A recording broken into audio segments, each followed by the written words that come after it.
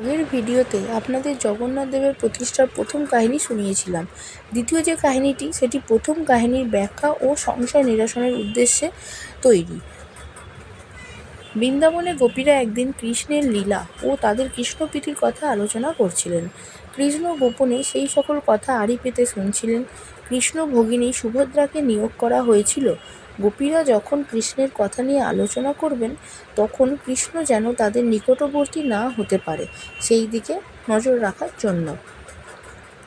কিন্তু গোপীদের কৃষ্ণপ্রীতি দেখে পরিতুষ্ট সুভদ্রা তাদেরই কথায় শুনতে শুনতে বিমোহিত হয়ে গেলেন।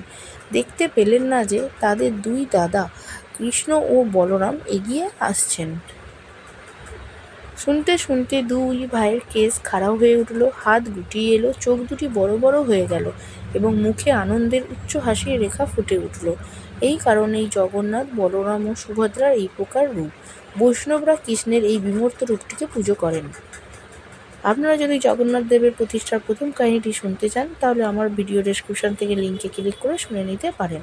আমার ভিডিও যদি আপনাদের পছন্দ হয়ে থাকে তাহলে আমার চ্যানেলটি সাবস্ক্রাইব ও ভিডিওটিতে একটি লাইক করে দেবেন। ধন্যবাদ।